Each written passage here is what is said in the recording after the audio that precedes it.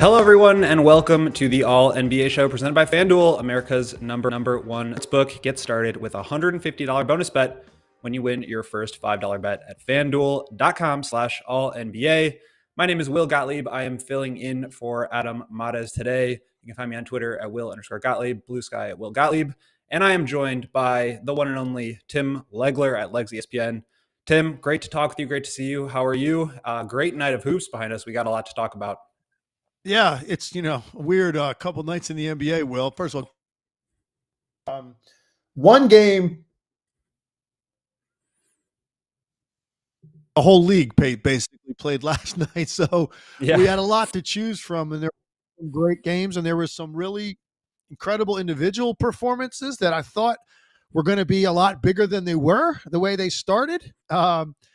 But yeah, overall, great night in the league, and I had some really, really entertaining games to dive into. I was at Bulls Nuggets last night. Locked in on that one, which was an exciting game, and maybe we can touch on that at the end. But let's hit on some layup lines here. I know you guys like to do that. And Klay Thompson with 7 3-pointers in the first quarter. Really kicking back to vintage Klay. I think he adds, when he's shooting like that, I know he's a little bit older now and he's had the injuries, but when he can provide that dynamic movement shooting, it really changes what the Mavericks can do. What did you make of the way that Klay was playing last night, Tim? Listen, one of the things one of the reasons I wanted to talk about this for layup lines is it reminded me, and we don't see these very often out of Klay anymore. We know that at this stage of his career and after all the injuries he's had, it's really a shame because I do think it altered the trajectory of his career, or it certainly, facilitated him getting to the end of his career sooner than he should have because he had all those injuries. And, now playing in a new place, the system's different. So we don't do it. But what it reminded me of, that in the entire time that Klay Thompson's been in the league, whatever span of years that is, I always refer to him as the most combustible player in the league. Like, he's the guy that gets hot at a level no one else does. And I even mean that even Curry. I don't even think that Curry, as great as he is, and Curry, like, he comes out hot some nights and then he just kind of stays hot the entire game. But the temperature that Klay reaches, right? It's like Steph's more like your traditional oven, and Klay's like one of those brick oven pizza ovens, right?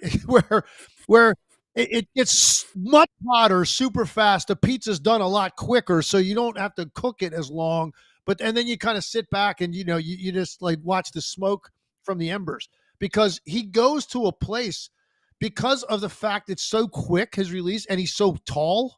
6'7" is a lot different than 6'4", and most of what Steph does is off the dribble. So even that looks different. It's easier to then defend him because you could take the ball out of his hands if you want to, because most of his threes are going to come off the dribble. Klay's are coming off the catch. Like, almost all of them are coming off the catch, other than a simple ball screen, one dribble pickup because they went under, or like a dribble handoff where they mess up the coverage. For the most part, it's catch and shoot. Get to your spot, let it fly. And so that's what it reminded me of last night. And I'm sitting there and I wasn't watching that game. I was kind of keeping my eye on all the scores, and I saw that game got out of hand really fast. But then, I looked at the box score at the end of the first quarter, and it's like Klay Thompson has 7 threes in the first quarter. Like, is tonight he's going to break the record, his own record? Like, is he going to do it? That would be incredible. Like, at this stage of his career, to think he had another night like that in him where he makes 15, 16 threes in a game. He was headed there. The problem, what stopped it was the game got out of hand. I mean, they were up 35 points in the second quarter. That changed the whole dynamic of the rotation in the game and what you're looking for. And so it stopped really there. But I just wanted to kind of get your thoughts on that. Like, looking at other players around the league and guys that can get really hot for like these bursts of offense. I don't think there's ever been a player I've watched in my life get hotter, quicker, and blow up more in a short period of time in a game than Klay Thompson. And he's proven that. 37 points he had in a quarter. Right. In one game. Think about that. I mean, the 3-point record for makes in a game. And so that's kind of what it reminded me of last night. Like, it was nice. It was fun because I got to think about Klay at his very best, which we don't do very often anymore. I was before I started with CHGO covering the Bulls, I was out in the Bay Area and I was covering the Warriors, and so I got to see Klay up close a bunch. And when he has it going, it really is like nothing else because the speed at which he gets his shot off and the fact that he just never needs to touch the ball to be such a threat. You mentioned his height, the higher release point. It's not like Steph, who's got like the lower shot pocket.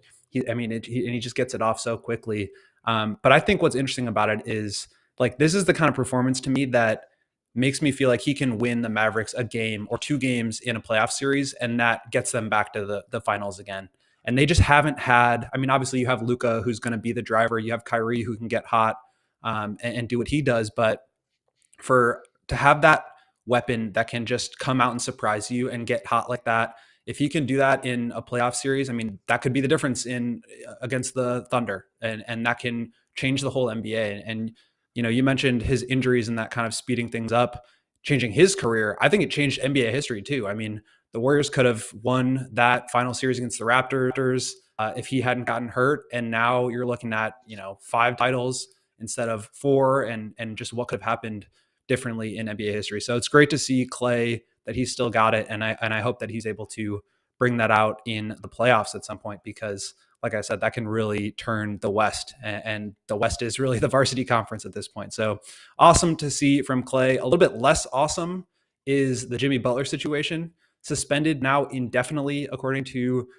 Shams, for walking off the court during practice after finding out that Haywood Highsmith would be starting in his place. This, talk about combustible. I mean, this situation is just like, let's put this behind us. Let's get this trade done. But just as a former player, I mean, how does this impact the team and the locker room when you have a star like this who just continues to get himself in trouble, and not necessarily like he's doing anything illegal or criminal or anything like that, but it does have to have an impact on the locker room, the morale, and just this time of year being as sort of fraught with that rumor and that anticipation of potential trade. What do you make of the Jimmy Butler situation at this point? Yeah, I think like where this has trickled into now is, I think, a complete lack of regard for your teammates. And for me as a player, when I was in the league, any team I played on, really my whole life, this was kind of ingrained in my head at a young age from my parents. And then the first really good coaches that I had that I connected with, my high school coach, who was basically like a second father to me, the guy that recruited me and brought me to college in LaSalle, my favorite NBA coaches, they kind of, and it started at a very young age. So I've always felt this way, which is any team I've been on, and not just basketball. I played baseball, football. I played everything pretty much growing up. Every team I played on, my number one accountability was to my teammates.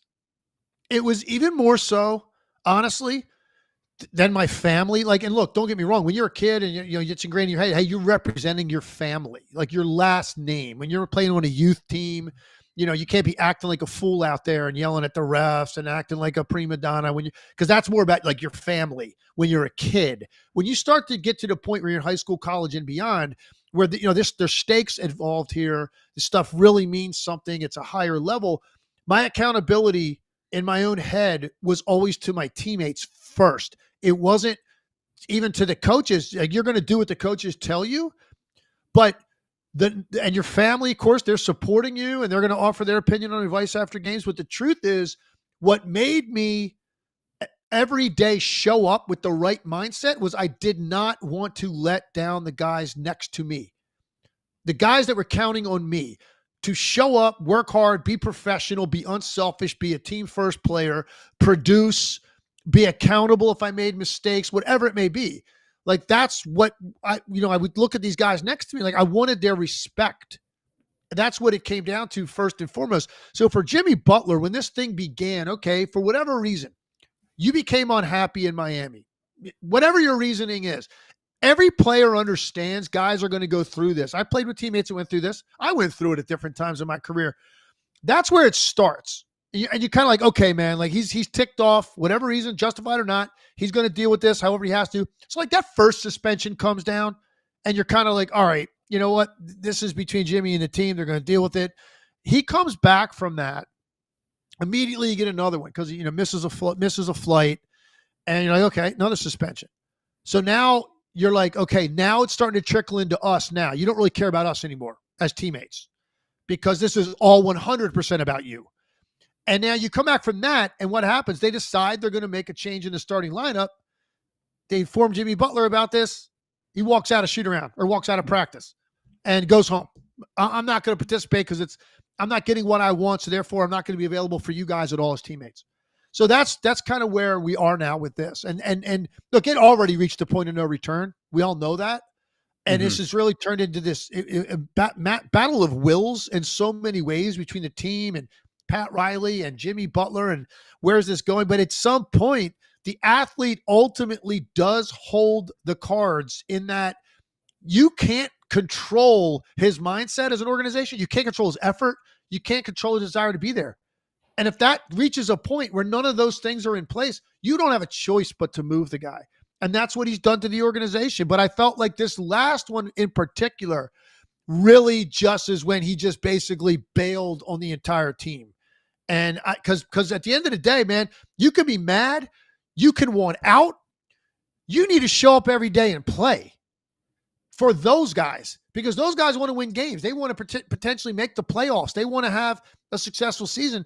And whether you get shipped out in a couple weeks or not, your job is to show up and play every day. And Jimmy Butler has put all of that to the side.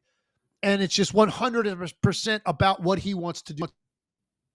Really, really kind of irritated me because I'm thinking on a team I played on and how you would feel about that. And it took me right back to that place where you just feel like, man, we don't matter to you at all. And when you get to that point, the guy's got to go. He's got to move on.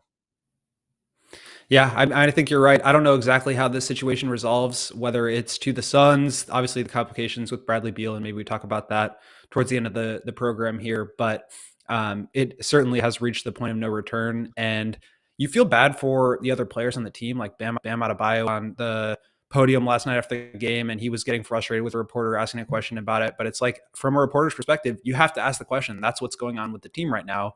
And so it's just like nobody is happy. Butler's clearly not happy. The Heat are clearly not happy. His teammates are clearly not happy. And yeah, I mean, trade deadline, I think for Miami can't get here soon enough. I know that's the truth for the Bulls as well. But yeah, it's too bad that it's gotten to this point because he was so good for the Heat. I mean, finals trips, and to be the leader and the best player on a team like that really can get it to another level in the playoffs, for him to just bail. And it makes me wonder, are other teams actually going to be interested in this? Or is the moment of Jimmy Butler over where, as good as he is it worth the trouble? Yeah, look, and I think we should save this for later in the show because we're going to talk about some of this stuff. And the Bulls team, very, very well, are heavily involved in all of these talks, whether that ends up being Jimmy Butler, implication or not. He's already had one stint in Chicago. Even if not, we're going to talk about some of the trade implications that could come down. So we'll save that for later because I've got some thoughts on that exact question when teams are looking at Jimmy Butler and the viability of bringing him in. And I do think it's a case-by-case basis. And for some, it still makes sense. For others, not at all. So we can get into that a little bit later. Let's save that one then and hit on the Knicks for the third and final layup line. Knicks are playing some good basketball lately, 7-3 in their last 10. They've won 4 straight. Over the last 2 weeks, they have a plus 10.3 net rating on cleaning the glass. And of course, the third place team in the Eastern Conference. What have you from them? What do you think about their outlook at this point in the season? Well, I'm going to start before I talk about the Knicks. Let's just talk about this game for a quick second. And okay. To put it in perspective, Power 5 schools in college, beginning of the year, schedule some games that are basically like guaranteed wins and usually blowouts. They're called buy games for the opponent. Opponent makes money off the game. They come in, they're a sacrificial lamb. And every team does it. I bring it up for this reason, Will. Duke, second game of the year, and I'll use Duke because they're the number 2 team in the country. Most people are familiar with Duke. They've got the guy that's going to be the number 1 pick in the draft, Cooper Flagg. They're housing people. Second game of the year, they played Army. So, you can imagine how that game went. That was a 40-point game. I bring it up because in that game, Army against Duke with all 5-star recruits, guys that end up in the league typically, Army turned the ball over 13 times in that game. 13 times. Now, look, they shot 32% or something from the field, and they got beat by 40, which you would expect. They turned the ball over 13 times, though. Why do I bring that up? Because last night, Memphis turned the ball over in an NBA game 26 times. It's almost impossible. Like, it's literally the equivalent of an AAU mismatch game, which in AAU tournaments, a lot of times the top teams will get these weaker. The best teams all meet up later on in the tournament. Why are these teams playing each other? You could get those level of turnovers. 26 turnovers in an NBA game leading to 36 points. So I just wanted to point that out. Memphis was its number one worst enemy in this game, but let's give the Knicks credit because the Knicks turned up the heat on them. The Knicks ran on them. The Knicks were an offensive juggernaut in this game. The Knicks are playing really good basketball. They don't get talked about much at all because we spent so much time focusing on the Celtics. The Cavaliers have been a great story this year. The Bucks have made significant ground in the East. And then, of course, you got the West, OK City with what they've done, and then all these different teams with the stars that we talk about all the time. The Knicks just don't really get much talk on shows like this. And yet you look up, and they're cooking right now. And the way Boston has looked most of the last 6 weeks, and there's a part of me that thinks Boston's going to turn this on after the All-Star break and get really serious. They're just not that hungry right now. They're a little bit bored with the regular season. Cleveland got out to such a great start. I don't think Boston even thinks they can catch them anymore. So it's just almost like they're cruising. So I do think there is a component to that. But at the same time, the Knicks show you in games like last night, Will, that there's more than just two teams here in the Eastern Conference that have a legitimate shot to get to the finals. I think the Knicks are also a team in that category, and they showed you that last night because Memphis had been playing pretty well, and they get absolutely smoked in Madison Square Garden. Yeah, you're reminding me 26 turnovers is kind of like, throwing 3 picks and 4 picks, whatever it was in the divisional game against your Commanders. Just like you're not winning games that way. You're just not. Right. And, as good as the Grizzlies are, that's the kind of thing that I think can really hold them back. So yeah, I've seen the Knicks now, I believe 2 or 3 times just against the Bulls, and the Bulls have played them well, got them kind of on the second night of a back-to-back tough win. But they just have such a dynamic 1-2 action between Cat and Brunson, obviously. And that to me is like one thing that I always fall back on when I'm trying to analyze how good a team can be at the highest level, is just who has the better go-to action that they can rely on time and time again when the game slows down and you have to get a bucket. And that Cat Brunson pick and roll is just really dynamic. And then you've got OG Anunoby and Mikal Bridges playing really great basketball. You've got Josh Hart. I wonder about their depth. I don't know if Tibbs wonders about their depth. I don't think he really cares too much about that. But yeah, if you get an injury at the top of your roster, no matter who you are, it's going to be detrimental. So I really like the Knicks. I think they are primed to make some noise in the East. To your point, I think Boston and Cleveland, just being where they are in the standings, have kind of gotten into a groove. But I would not be surprised to see the Knicks kind of continue this climb. Yeah, no doubt. And just one point to make, the analogy you drew in the football game against the Lions, you're right. We gave it right back to the Eagles. So don't worry. We took from Detroit, we gave it right back and put the ball on the floor 3 times against Philadelphia. And then also an interception. It really didn't matter much. But so I hear you. Like, you can't overcome it. It's just, you just can't. In an NBA game, my goodness, 26 possessions in which you didn't get a shot. It's just impossible to overcome. You're just not getting enough shots in the game to compete with that. It's similar to last night, Bulls and Nuggets. I mean, the Bulls made 24 threes and the Nuggets made 6. You're just not winning that game if you're the Nuggets. We will get. I remember early in my career, Danny Ainge, the great Danny Ainge, was in the league, and he kind of took me under his wing a little bit. And one of the things he told me, he always felt like the number one most important column on any box score was FGA, field goal attempts. If you get the ball up on the glass of the rim, it has a chance to go in. And so you're to his point, not turning the ball over, giving yourself second chance opportunities. Like, if you're able to do that and win the FGA battle, you got a chance every night. Now, you might not be a good enough shooting team a lot of nights, but at least you are having a chance at the object of the game, which is to put the ball in the basket. When you give the ball to the other team and there's 26 trips up the floor, think about it. That's mind-blowing to me. 6.5 trips a quarter that averages out to, where you don't even get a shot attempt. You can't overcome that at the NBA level. So Memphis fell apart in this one. Knicks took full advantage, and they saw blood in the water early, and they just pounded them. Yeah, there's different ways to win the possession battle, but I can guarantee you turning it over 26 times is not the way to do that. Let's take a quick break here to run some ads, and then we will get into a team that I am finding incredibly interesting, the Houston Rockets, in their game against the Celtics last night.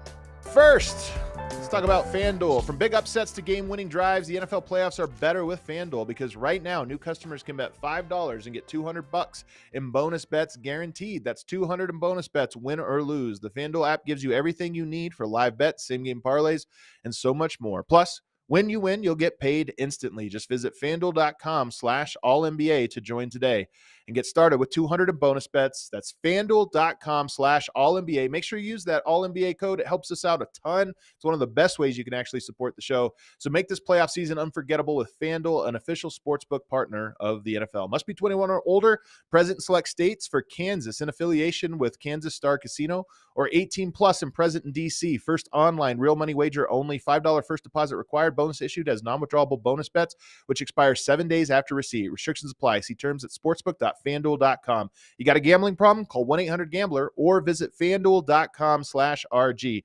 Call 1-888-789-7777 or visit ccpg.org. Gambling problem? Call 1-800-GAMBLER or visit fanduel.rg in Connecticut, or visit mdgamblinghelp.org in Maryland. Hope is here. Visit gamblinghelpma.org or call 800-327-5050 for 24/7 support in Massachusetts, or call 1-877-8-HOPE-NY or text HOPE-NY in New York. Also want to tell you guys about Shady Rays. You can get ready for the season ahead with quality shades built to last. Our friends at Shady Rays have you covered with premium polarized shades that won't break the bank.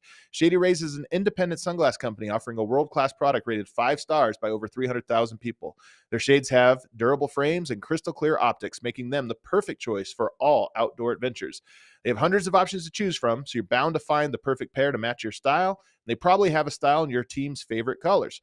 So, exclusively for our listeners, Shady Rays is giving out their best deal of the season. Head to shadyrays.com and use the code AC35 for 35% off your polarized sunglasses. They have great deals there, and 35% off really helps you out. Highly recommend you do this. Again, every time you use one of our promo codes, it helps us out, and that's promo code AC35 for 35% off polarized sunglasses. Try for yourself the shades rated 5 stars by over 300,000 people. Will Gottlieb and Tim Legler back here on the All NBA podcast. We've got about 450 people watching on our YouTube stream. Hit the like for us, subscribe. We appreciate you all being here with us, and we've got some super chats we'll get to at the end of the show. But Tim, I want to get into this Celtics-Rockets game, which last night Amen Thompson closed out with a floater to win. You mentioned the Celtics are in kind of a cruise control mode right now. The Houston Rockets are not. They are balling second in the West right now. They've won 3 in a row, 8 of 10, and are a plus 6.8 on cleaning the glass net rating. Like I said, was watching Bulls Nuggets, so I did not get into this game, but Amen Thompson, 33 points, 9 rebounds, 4 assists, a steal, and a block. Dylan Brooks hits 10 threes. Talk to me about what stood out to you from this game. Well, first, this was one of the best games I watched all year. I would probably put this in my top 10 for this season, just in terms of entertainment, competitiveness. It felt bigger than a regular season game, and you kind of would expect that. They're only playing twice a year. Houston's only trip to Boston, and Houston's been one of the great stories in the league. So I kind of expected it, but a lot of times they don't live up to that. Good to see everybody that needed to be out there for the Celtics was. In this one, and here's what stood out to me more than anything else. Amen Thompson is a problem for the league. It's a men's league. We're just living in it. I mean, he's already doing things on a nightly basis, but to watch his evolution as a player, and his confidence level as a scorer, and it's crazy because he's really doing it without a perimeter shot. Everything he does is mid-range and in. And it's runners, floaters, a lot of stuff in transition, a lot of dribble drive attacks. Game winner last night was a nice little, very patient deceleration on a drive against Jaylen Brown, where he just stopped and shot a little soft, 8-10 foot shot right in the lane to win the game. what stands out is in a league full of great athletes, he is eye-popping with his quickness and his verticality, but it's his quickness more than anything, with the basketball, without the basketball, defensively, laterally. It's his ability to catch the ball on a throw-ahead pass and split a gap that is 25 feet away from him, and guys aren't closing off those driving angles, and he's at the rim. It's really incredible to watch his burst of athletic ability. And to me, the number one thing that will always outdo a defensive game plan or even the right personnel, the right coverage, is speed. It is the one thing that is very difficult to account for defensively in a game plan, because the ball ends up not being where you expect it to be when you walk through stuff. You go through a walkthrough and you talk about other teams' sets and what they like to run. And when the ball's here, we're going to do this. And then you walk through it and show your blitz and then how the rotations are going to happen. You watch it on film and you talk about it. But then when you actually have to do it in person, speed is the one thing that will break down a defense, because the ball is not where you expected it to be because it got somewhere quicker. That's what Amen Thompson does more than anything else. And he's so defensively competitive, and you see that every trip, but now his offense is starting to catch up. I don't know if he's going to add a shot. I don't think his shooting stroke, to me, looks like something that can't figure out how to shoot the ball from deeper. So maybe that comes down the road. Right now, the numbers he's putting up on a nightly basis all across the board without having an outside shot are incredible. And he did it again last night. 13 for 19 from the field. He did make 1 3. He only took 2. So to his credit, he's not taking shots he can't make and hurting his team. Mm-hmm. Got to the line 8 times, made 6. Again, 9 rebounds, which is actually a poor rebounding night for him anymore. He's double digits almost every night in the boards. 4 assists, a block, a steal. He was the best player on the floor. Best player on the floor. And Boston's got all league players. They've got guys that have been MVP candidates. They're a champion. And Amen Thompson was the best player on the court last night. And he ends up with the game winner, which was fitting on his night. Either him or Dylan Brooks had to make the game winner, because those were the two guys that pretty much were the offense for Houston. And I mean, the speed thing I think is so key, because it's like there's no good defense for a blow by. If you can't stay in front of a guy, he's at the rim, it's over. And there's nothing you can do to adjust to that. And so with speed, and his first step is really what is so impressive for a guy that size. And then the touch and the finishing ability, when you can stop like that and have the soft touch where you're not just throwing it off the backboard. He is really a special player. And I wanted to ask you actually about the shooting, because it kind of reminds me of the Giannis conversation, where it's like, oh, and this guy develops a jump shot, he's going to be unguardable. At the same point, it's like, if you just can't guard him and you can't keep him out of the paint, he's going to get his regardless. And I don't see a world where like athleticism catches up to him. He's so far ahead of the pack when it comes to that first step. Obviously, like, you want to be able to develop a jump shot, especially away from the ball, so the pressure on you to create isn't like every single time down the court. But to me, it's like, if you can't keep him out of the paint, and he's that good with the floater and around the rim, and I think his facilitation can continue to grow out of that as well. I mean, they really have a special player, I think, in Amen Thompson, and I'm curious to see how they continue to build around him. But what he can do just in terms of speed, and then also change of pace, and you mentioned the deceleration on that final shot, is so difficult to guard. I mean, it's like Luka, who's obviously playing on a different gear, but the start-stop is what makes Luka so impossible to guard. And then he puts his shoulders into you, and he's got the step back, obviously. But it just kind of reminds you of what he can do, because he's so shifty and just unpredictable with how fast he can be. It's incredible to watch. And look, so on the last play even, Jason Tatum took the ball hard to the basket against Amen Thompson, like took him from like 30 feet one-on-one, straight line dribble drive. Thompson was on his hip the entire way, but Jason Tatum did a great job at the rim.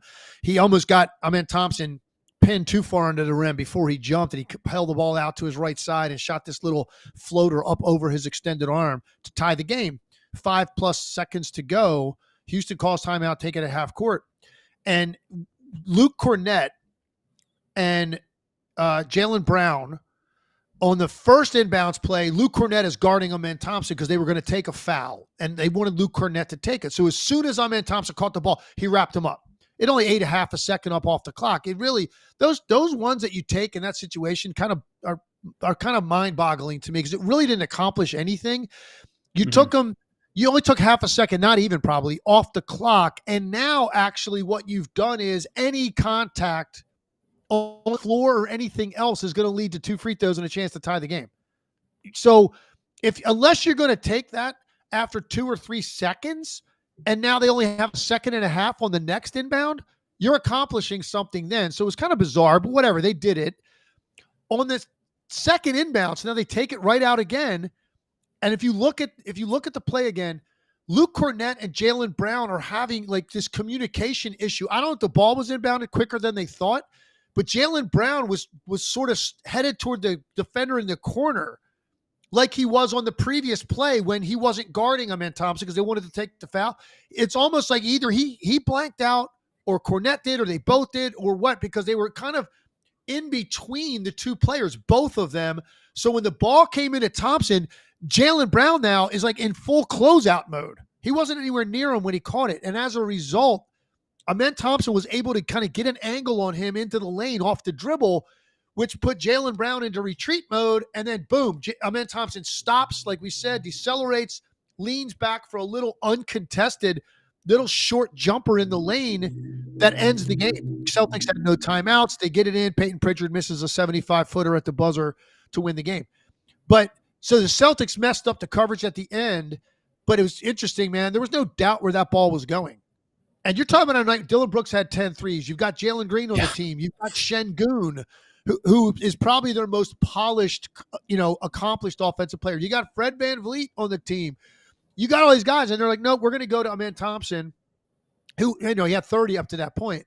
We're going to go to Amen Thompson. We're going to go in this one-on-one ISO situation because they're so confident he could get by his defender, get into the lane and make something happen. And it's exactly what he did, even against a guy as good as Jaylen Brown is defensively.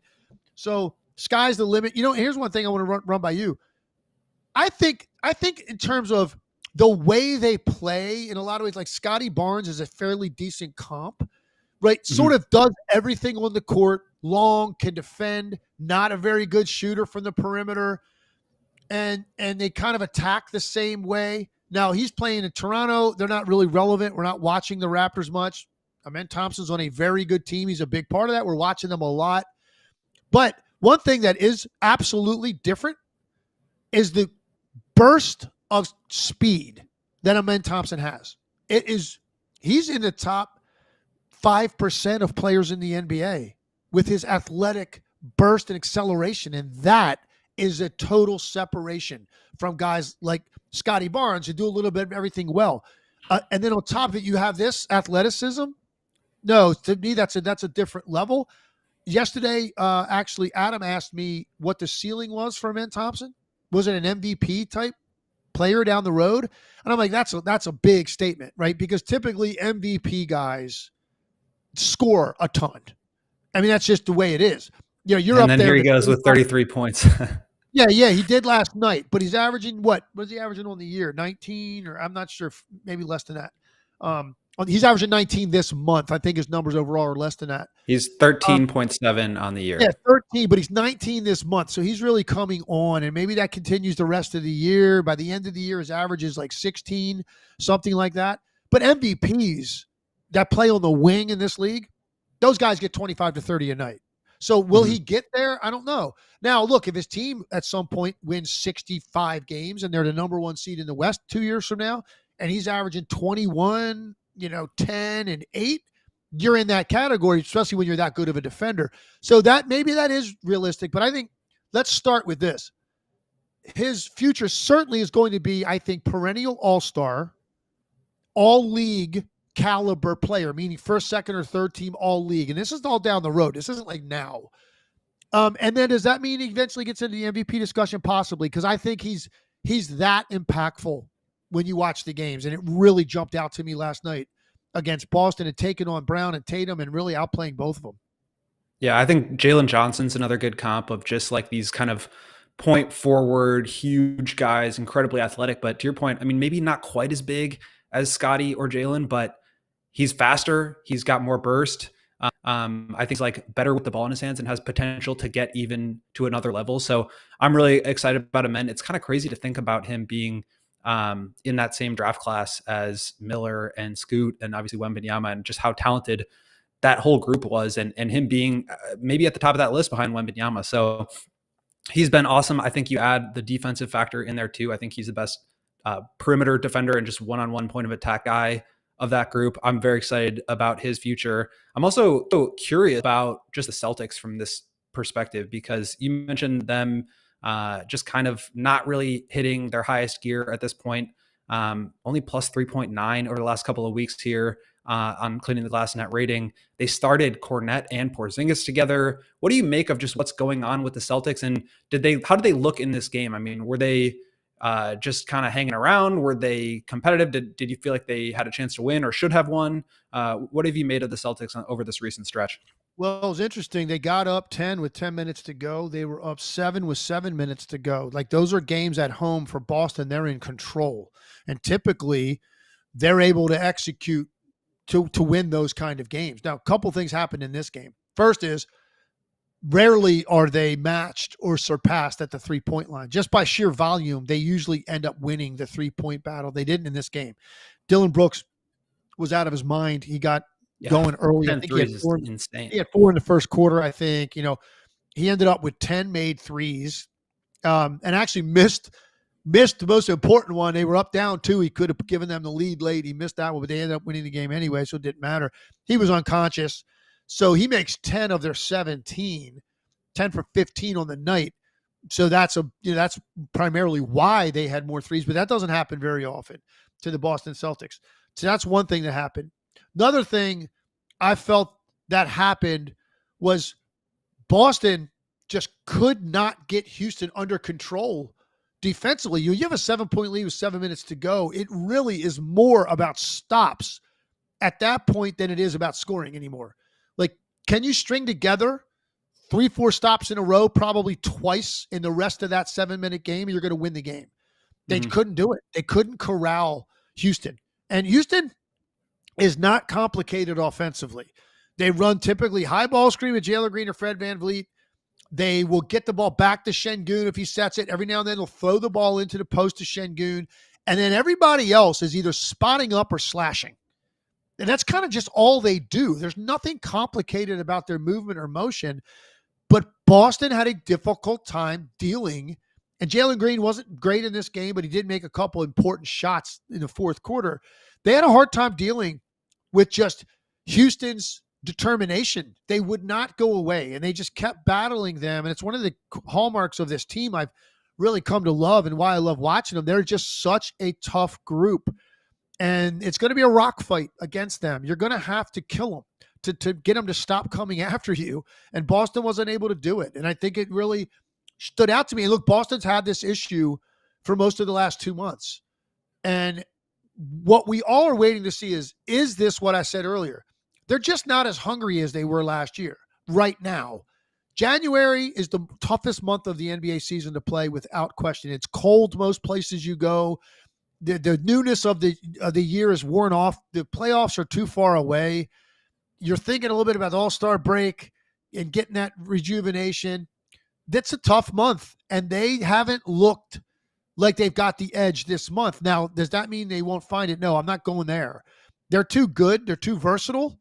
I do think you're going to see another gear for this team after the break when the playoffs are closer and they're thinking about repeating and how unique it is to have the opportunity to repeat.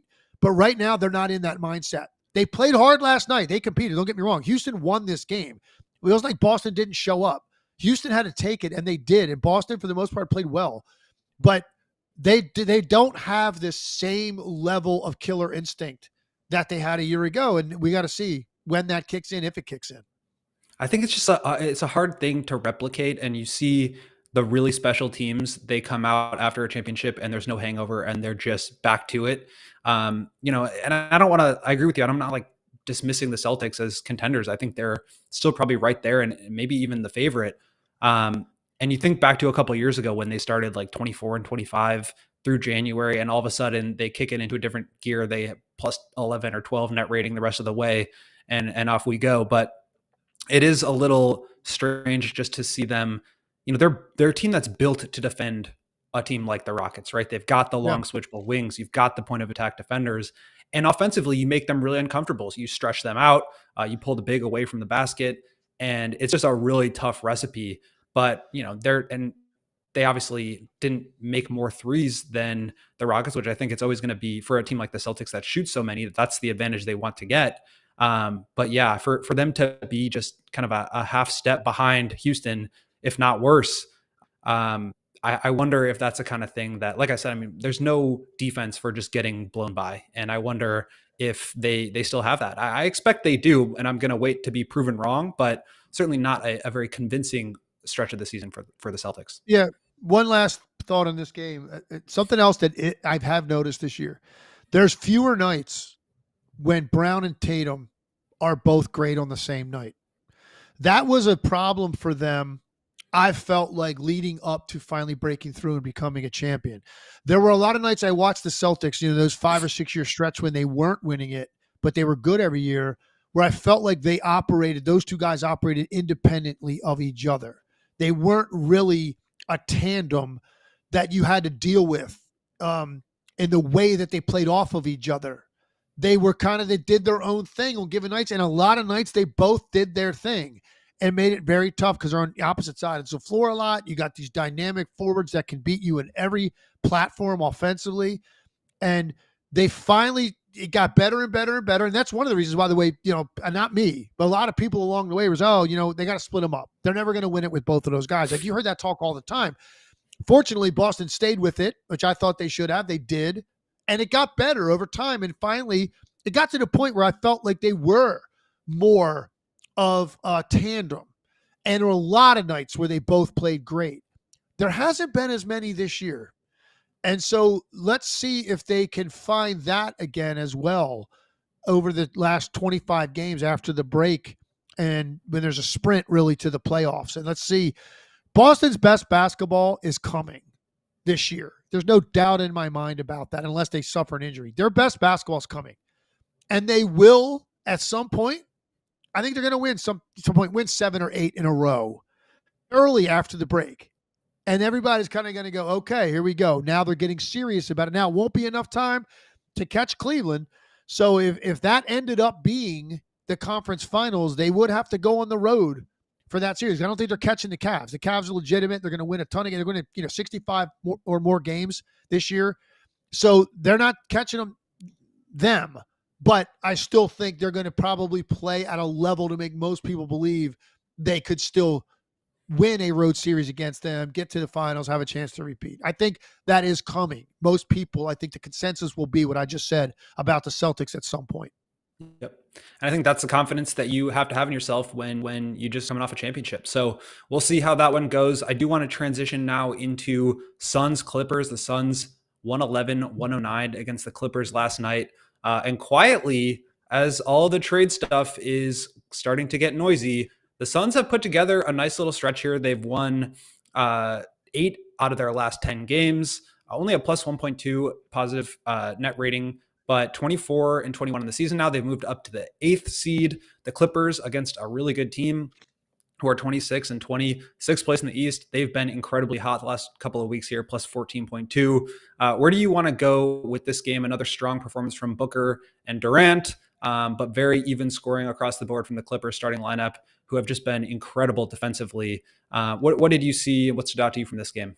Well, I'm going to start with the Clippers. And from just this standpoint, this looked like this game was over decisively mid-fourth quarter. Like Phoenix looked like they were going to, extend it to double digits and probably go on to win this game by 12 to 15 points. Clippers never went away. And that's, again, a hallmark of what I liked about their team this year. And Tyronn Lue admitted at the start of the year, without Kawhi, Paul George not there anymore, James Harden at this stage of his career, this age, like they're going to have to play differently offensively, but they're really going to hang their hat on the other end of the floor. And they added a guy like Derrick Jones Jr. to help you be able to do that. Nicholas Batum. So they bring in some guys that are very defensive-minded players to go with some of the young athletes they already had. They've been very impressive with their perimeter defense in particular this year. The number of guys on the perimeter that can guard with length, switchabilities, very high. I think Zubac is one of the most underrated players in the NBA, and he continues to do his thing. Another 25 and 16 in this game. I mean, this guy's making these 18 and 12 type games look just routine. He's been great almost every night for them. So they're riding this formula. They were impressive in getting back in this game, making it a one possession game late where this game was in doubt. But at the end of the day, I want to talk about Phoenix, and they were impressive last night. I just thought their flow was good. They looked more like a team that has a plan offensively rather than just random acts of shooting. Because that's what I felt about Phoenix most of the time since they put Beal, Booker, and Durant together. It's just like, and why do you think that is? Because obviously you move Beal to the bench, and I think they just have a more cohesive group out there. You're starting O'Neal, Richards, Tyus Jones alongside Booker and Durant. But is it something that just clicked? Is it they've kind of overhauled something strategically? Are they just a better team than they were for the first part of the season? I mean, what do you make of this normalcy that I think this is what we should have seen from Phoenix Long? I agree. So they made a couple of changes. Beal going to the bench helps them, particularly, I think, at the start of games and the start of the second half. When you got three guys that are such high volume scorers. I mean, people forget Bradley Beal averaged 30 points a game in this league during a season. I mean, so what do you think his mindset is? I mean, we know Kevin Durant is and Devin Booker. He's just two of the most voracious shot getters this league has seen. And they hunt shots. So they put Beal on the bench.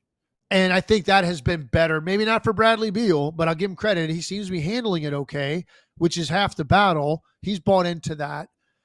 He's accepting it. He's probably not happy with it, and I don't blame him. But but whatever. It's better for the team, and it has been better. Their cohesion's been better.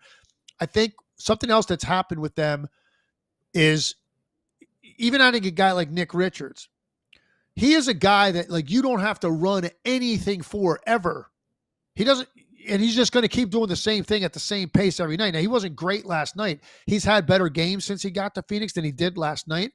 But I think the overall flow, identity, and purpose of their offense is better with a guy like that in that spot as opposed to a guy like Nurkic who does like to touch the ball and still wants to do some things offensively. And actually last night, he didn't even play. So they've taken him out of rotation. He actually had some, comments that probably didn't help his own cause when he basically said, I don't have a relationship with Bud Budenholzer at all, or Mike Budenholzer at all.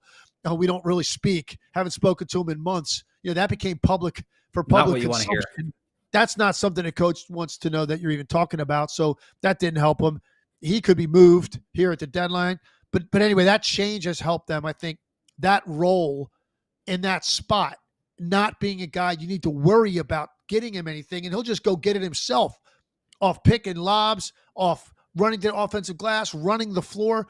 So Nick Richards has been a nice addition. And then there's one other component I think has really helped him. Grayson Allen has found his rhythm again. You remember last year, this dude broke a franchise record for made threes. And he was incredible. He had an injury through camp with his Achilles that limited him at the start of the year. And he didn't really find a great rhythm early. He's been more and more consistent.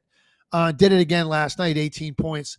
So his shooting and consistency playing off of Booker, Durant, and then Beal when he's on the court for one of those guys has given their offense a much better balance and spacing. So I was impressed with the way they looked last night. And that's a good team. That's a good win against a really good defensive team. And so who cares? If you did give up a lead in the fourth quarter, the bottom line is you held on to win it. And I feel like Phoenix is generating a little bit of momentum right now with some of these changes. Even though nothing major, their flow is better and they look like a more viable offense. Yeah, I think the balance is really key there. I mean, it's like kind of a cliche to say like this isn't 2K, there's only one ball and all that stuff, but it kind of is true. When you have, especially like I think the Nurkic part that you mentioned is super underrated. Like it's just Beal and Booker and Durant. I don't want to say fighting over shots, but as you mentioned with Tatum and Brown, it's like sometimes it can just be a little bit of like multiple guys playing their own game within the game. And now you put Nurkic into that, who, as you mentioned, likes to have the ball at the elbow, likes to be a facilitator. It's hard to put all that together and make it work in a way when now you bring in Tyus Jones and you want him to be the table setter. And they needed to balance things out a little bit. I think O'Neal is a really good role player, has been for years. He helps open up the floor and guard, which they struggle with from time to time. So I really like what they're doing. And it kind of makes you wonder, like, how good is this team as currently constructed? Do they need to go get Jimmy Butler? Obviously, the Beal no trade clause is what it is. That could be just like the final say on all this stuff. But if you're playing as well as you are right now, and I don't want to say that they're in contention, but like, could this team kind of continue on this gear and win a couple of playoff rounds? Or are you not convinced yet by what you've seen and feel like they do need to go out and make a big splash? Well, I think this brings us full circle to finish up today with what we said earlier. We were talking about Jimmy Butler and the suspension, and said we'd get to him later in terms of trades. So let's talk specifically about this team. I don't think he makes sense for every team. And Jimmy Butler is a guy, he's got a lot of talent. He doesn't seem to really have a whole lot of regard for the regular season anymore.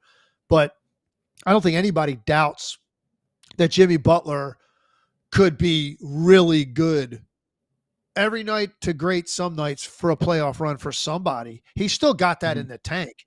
And he would have a lot of motivation going to another team, because right now he's getting beat up, and a lot of it justified with his actions from a national media perspective, and the way just people are viewing what's going on down in Miami.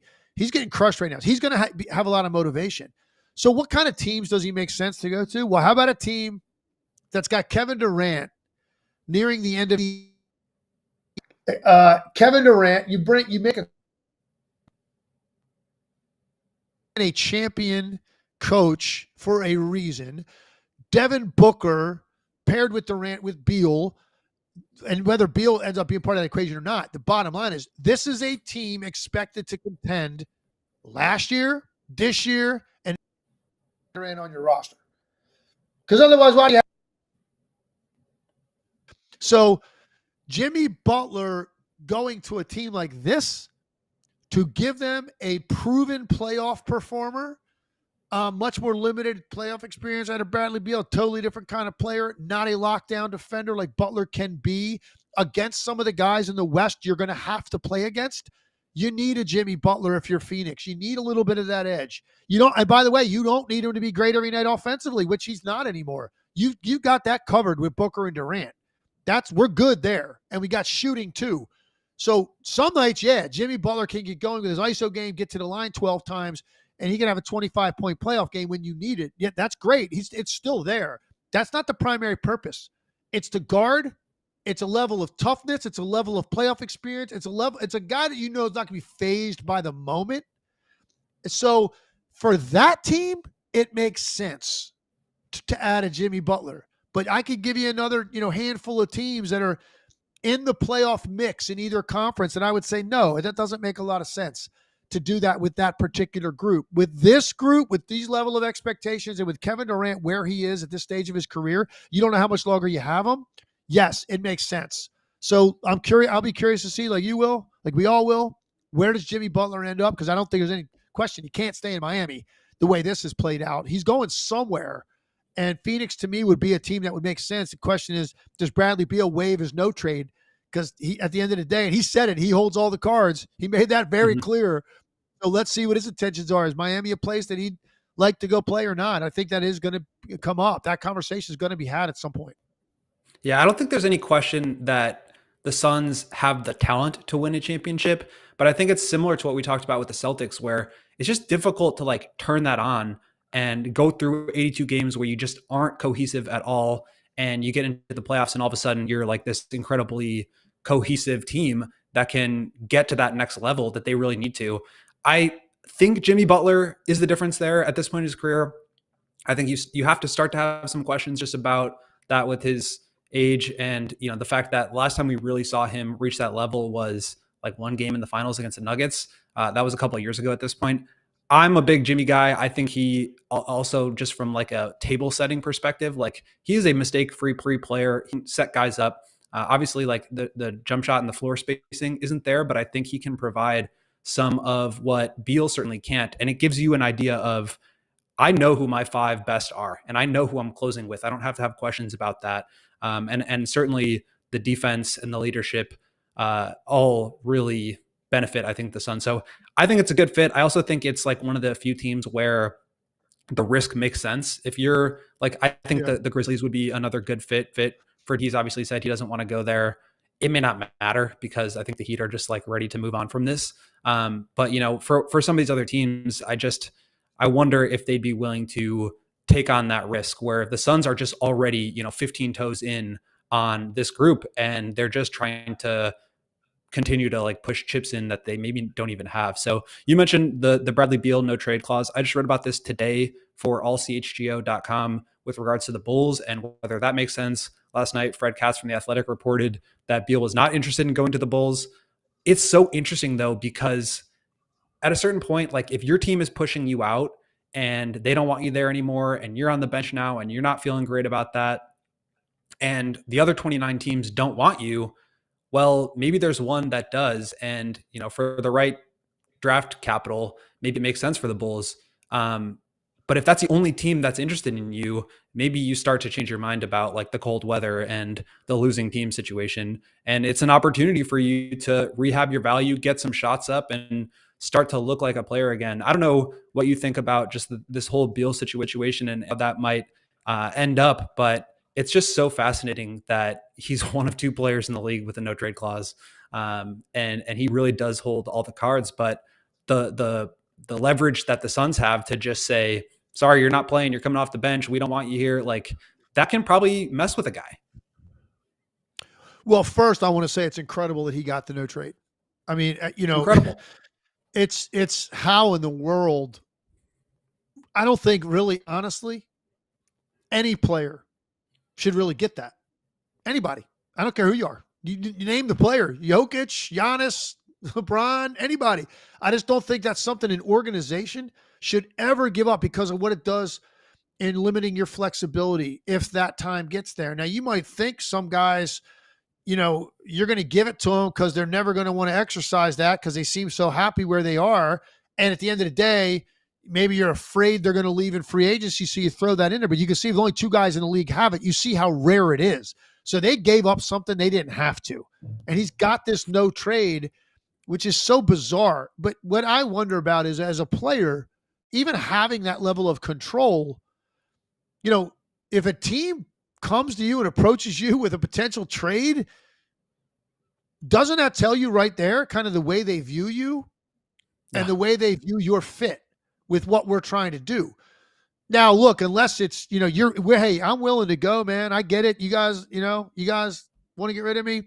I'm cool with it. I don't want to be here if you don't want me, but I don't want to go to X. I don't want to go to this city, the weather, geographically, the taxes.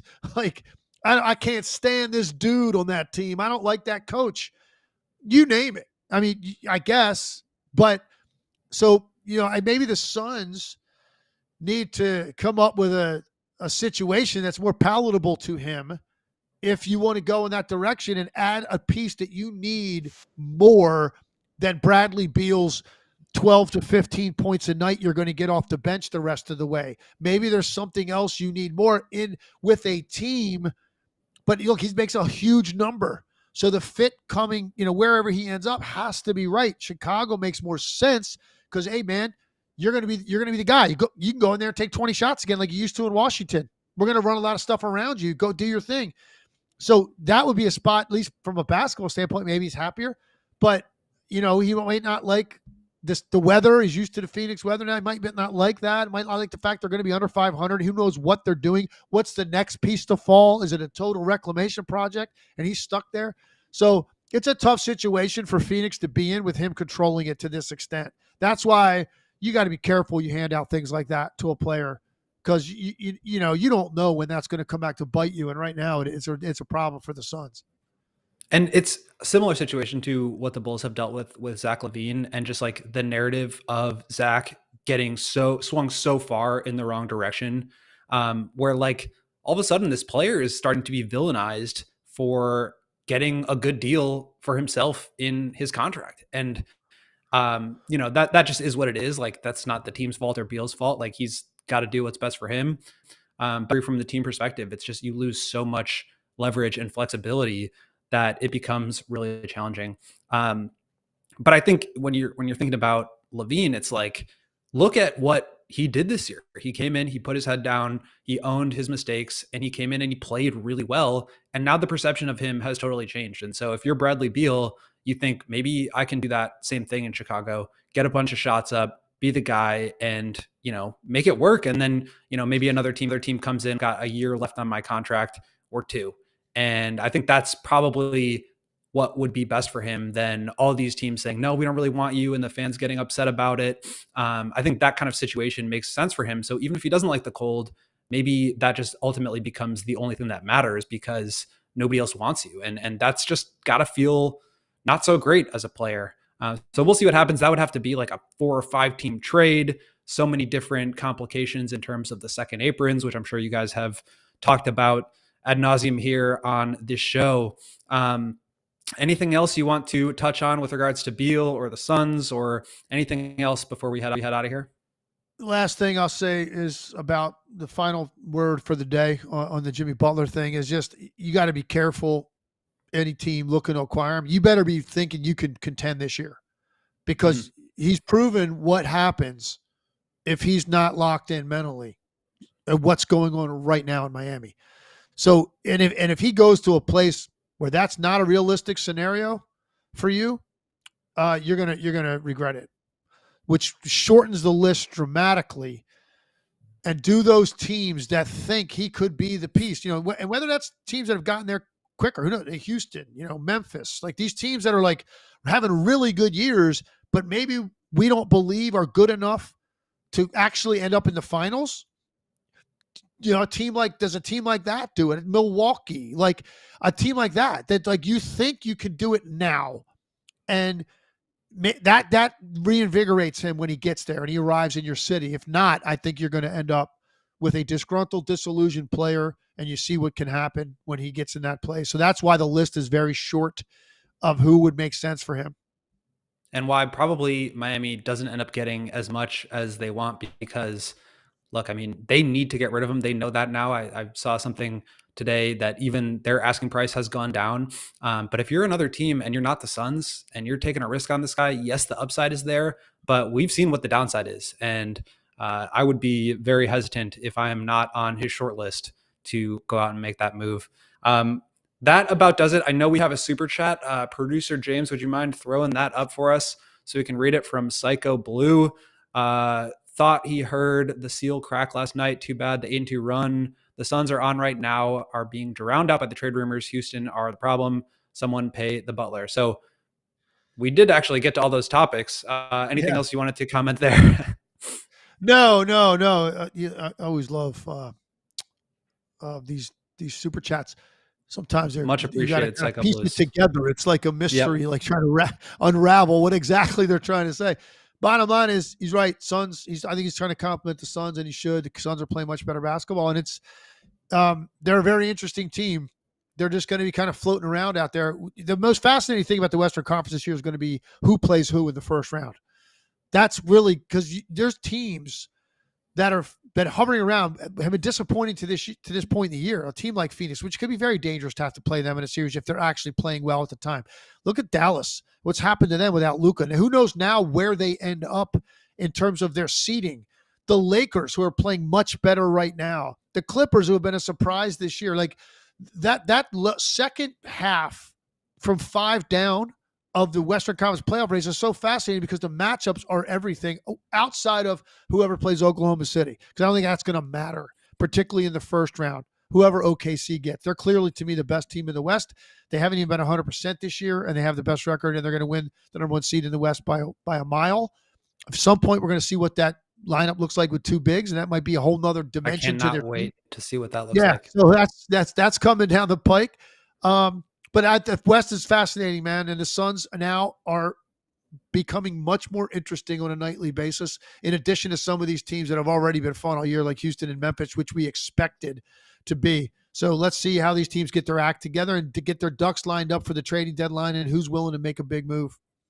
Yeah, and I think just leaning into the uncomfortableness of the situation has done wonders for the Suns. I know similar thing for Levine, as I mentioned, just leaning into the situation and trying to come out the other way. So much going on in the NBA right now, Tim. I always appreciate breaking it down with you. You are one of the best. Producer James, thank you for everything you do. This has been the All NBA Show. I'm Will Gottleib. This is Tim Legler, and we will see you next time.